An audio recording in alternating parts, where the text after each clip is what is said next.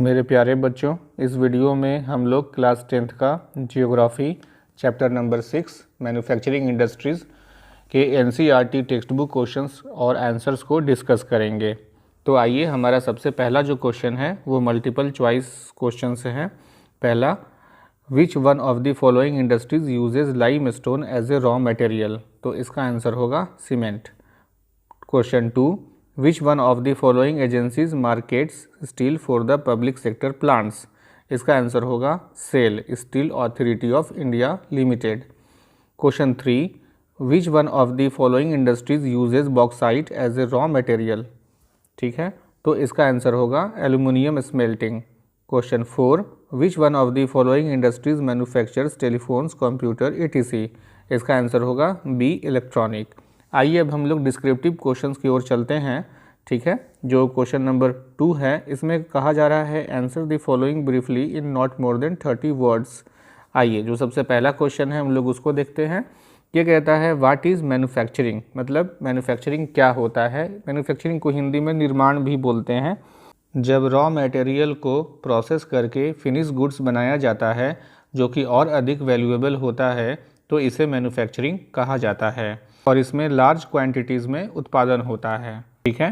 तो production of goods in large quantities after processing from raw materials to more valuable products is called manufacturing. Question 2, name any 3 physical factors for the location of the industry. Industry का location किन physical factors पर depend करता है वो बताना है। इसके answers को देखते हैं। तो जो सबसे पहला पॉइंट है वो है cost of obtaining raw materials at site, यानी कि जहाँ पर आपको इंडस्ट्रीज़ लगानी है या बिजनेस करना है वहाँ तक रॉ मटेरियल लाने में आपको कितना खर्च बैठ रहा है। उसके बाद है आपको cost of production at site, कि उसी जगह पर आप जब उसका प्रोडक्शन करते हो तो आपको कितना खर्च बैठता है। और पॉइंट नंबर 3 है कि cost of distribution of production, product बन गया है तब उसको बाजार तक पहुँचाने में आपको कितना खर्च आ रहा है। 4, availability of raw material. 5, capital. 6, power energy. 7 में proper connectivity through railways, roadways, Airways and waterways. अगला क्वेश्चन है वो क्वेश्चन नंबर 3 है, name any 3 human factors for the location of industries.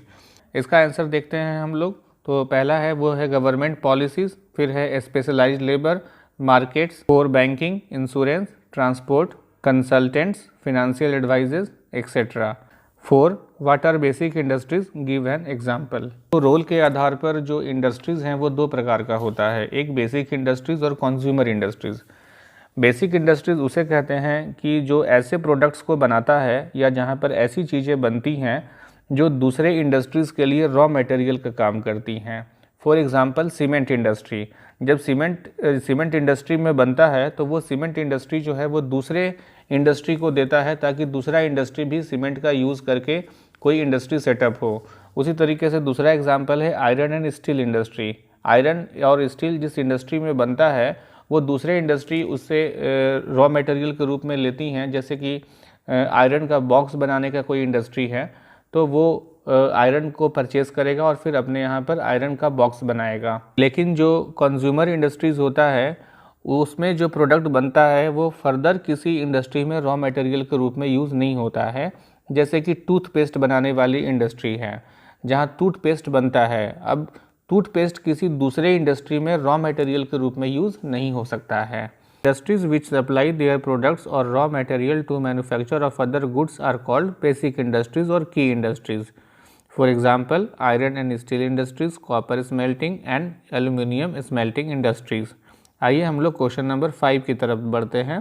Question number 5 में बोल रहा है कि name the important raw material used in the manufacturing of cement. Cement के मैन्युफैक्चरिंग में कौन कौन से रॉ मटेरियल का यूज़ होता है वो बताना है। तो पहला है लाइमस्टोन, सिलिका, एल्यूमिना, जिप्सम और कोल जो है वो एनर्जी रिसोर्सेज के रूप में यूज़ होता है। अब हम लोग लंबे क्वेश्चंस को देखते हैं, ठीक है। Question number 1, how are integrated steel plants different from mini steel plants, ठीक है। मतलब इंटीग्रेटेड स्टील प्लांट्स और मिनी स्टील प्लांट्स में अंतर आपको बताना है। फिर बताना है कि what are the problem does the industry face, यानी कि जो स्टील इंडस्ट्री है वो कौन कौन से समस्याओं से जूझ रही है। फिर आपको बताना है कि इधर हाल फिलहाल में कौन से ऐसे डेवलपमेंट हुए हैं जिनके कारण स्टील इंडस्ट्रीज़ की जो क्षमता है वो बढ़ चुकी है। तो आप देखिए इस क्वेश्चन के 3 हिस्से हैं। आइए हम लोग जो सबसे पहला वाला पार्ट है उसका आंसर देते हैं, मतलब दोनों के बीच का डिफरेंस। मिनी स्टील प्लांट और इंटीग्रेटेड स्टील प्लांट है, इसके बीच का डिफरेंस हम लोग बताते हैं। ठीक है, पहले mini steel plant. Mini steel plants are smaller, have electric furnaces, uses steel scrap and sponge iron. They have re-rollers that uses steel ingots as well. They produce mild and alloy steels of given specifications. Mini steel plant जो होता है वो छोटा होता है, इसमें electric furnace का use होता है और रॉ मटेरियल के रूप में स्टील स्क्रैप का यूज़ होता है और स्पॉन्ज आयरन का भी यूज़ होता है। ये स्टील प्लांट्स गिवन स्पेसिफिकेशंस का माइल्ड और एलॉय स्टील्स जो है वो बनाते हैं। अब हम लोग इंटीग्रेटेड स्टील प्लांट्स के बारे में देखते हैं। तो जो ये इंटीग्रेटेड स्टील प्लांट्स होता है ये बड़ा होता है, लार्ज होता है, एक बड़े से कॉम्प्लेक्स में सारी चीज़ों को हैंडल किया जाता है। इस तरह से स्टील प्लांट्स में रॉ मटेरियल लिया जाता है और सारा प्रोसेस जैसे कि रोलिंग, शेपिंग इत्यादि इसी में किया जाता है। ठीक है, an integrated steel plants is large, handles everything in one complex from putting together raw material to the steel making, rolling and shaping. आइए इसी क्वेश्चन के हम लोग दूसरे हिस्से को देखते हैं कि स्टील इंडस्ट्रीज जो है वो कौन कौन सी समस्याओं से जूझ रही है।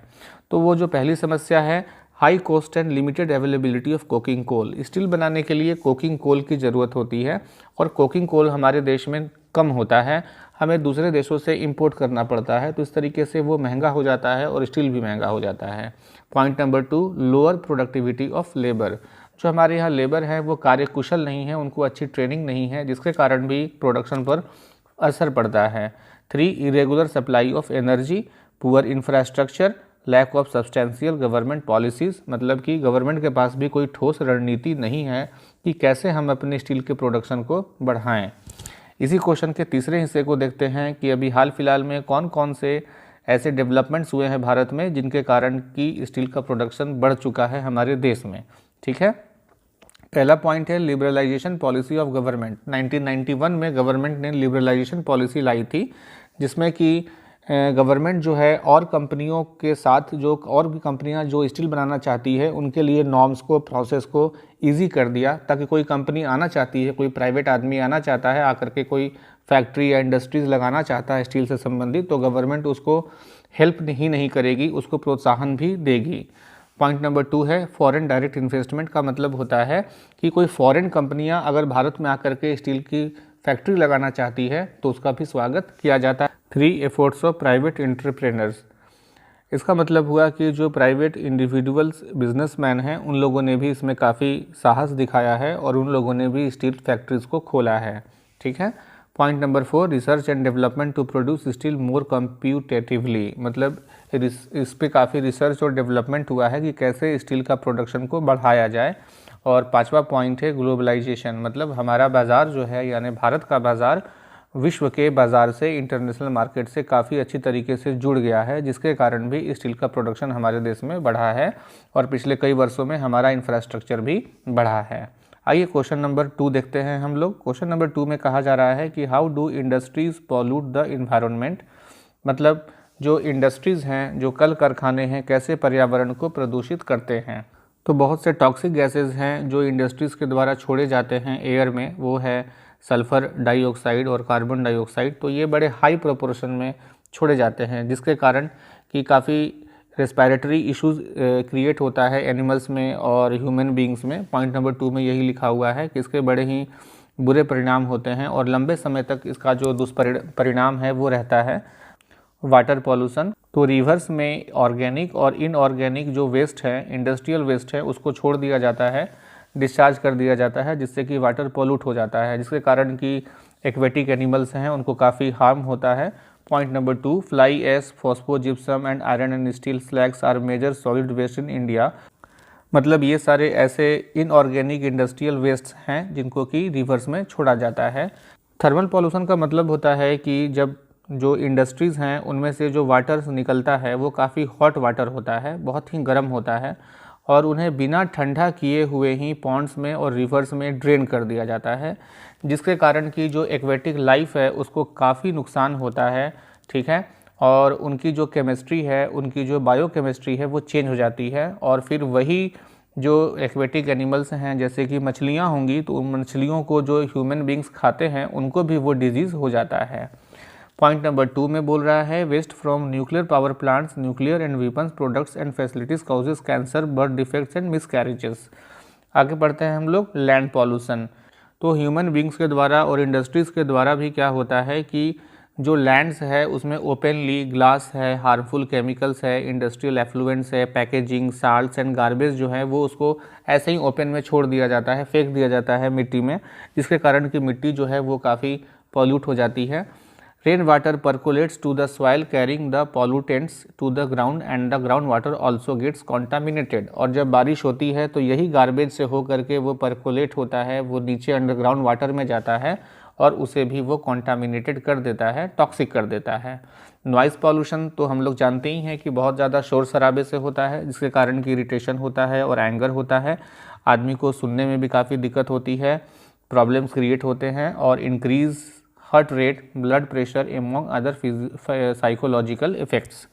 पॉइंट नंबर 2 में बोल रहा है कि industrial and construction activities, machinery, factory equipments, generators, saw and pneumatic electrical drills also make a lot of noise. इन सब चीज़ों से बहुत सारे नॉइज़ होते हैं। क्वेश्चन 3, इंडस्ट्रीज़ के द्वारा कौन कौन से ऐसे स्टेप्स लिए जाने चाहिए जिससे कि पर्यावरण का कम से कम नुकसान हो। इंडस्ट्रीज़ में जो इक्विपमेंट्स होते हैं और मशीनरीज होती हैं उनका ऑप्टिमम यूटिलाइजेशन करना चाहिए, मतलब उनका अधिक से अधिक उपयोग करना चाहिए।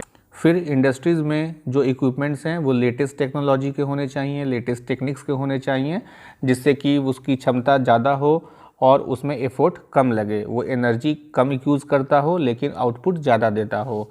उसके बाद जो एग्जिस्टिंग इक्विपमेंट्स हैं उसे भी हमें अपग्रेड करते रहना चाहिए ताकि उसकी क्षमता बढ़ती रहे और हमारा लागत कम होता रहे और पॉल्यूशन भी कम हो। Point number 2, minimising waste generation by maximising ash utilisation, मतलब हमें कम से कम जो वेस्ट प्रोडक्ट्स हैं उसको जनरेट करना चाहिए, मतलब वेस्ट प्रोडक्ट्स का भी अगर हम यूज़ कर लेते हैं तो अच्छी बात है। फॉर एग्ज़ाम्पल जैसे कि जो शुगर इंडस्ट्री है, शुगर इंडस्ट्री शुगर केन को एज ए रॉ मटेरियल लेती है और उससे शुगर बनाती है, लेकिन इस प्रोसेस में जो शुगर केन का बैगेज होता है उसे फेंक दिया जाता है, जबकि उसमें भी काफ़ी एनर्जी कंटेंट होता है। 3, providing green belts for nurturing ecological balance and addressing the question of a special purpose vehicle for afforestation. 4, ash pond management के द्वारा, ऐश वाटर रिसाइकलिंग के द्वारा और लिक्विड वेस्ट मैनेजमेंट के द्वारा हम लोगों को जो इन्वायरमेंटल पॉल्यूशन है उसे रिड्यूस करना चाहिए।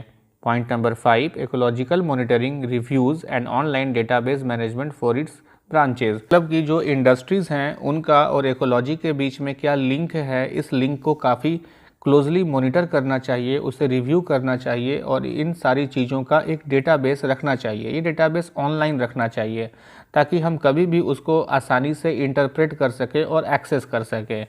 तो बच्चों ये था हम लोगों का चैप्टर 6 का NCERT बुक का क्वेश्चन आंसर्स। अगले वीडियो में हम लोग एक नए चैप्टर के क्वेश्चन आंसर्स के साथ में मिलेंगे, तब तक के लिए थैंक यू।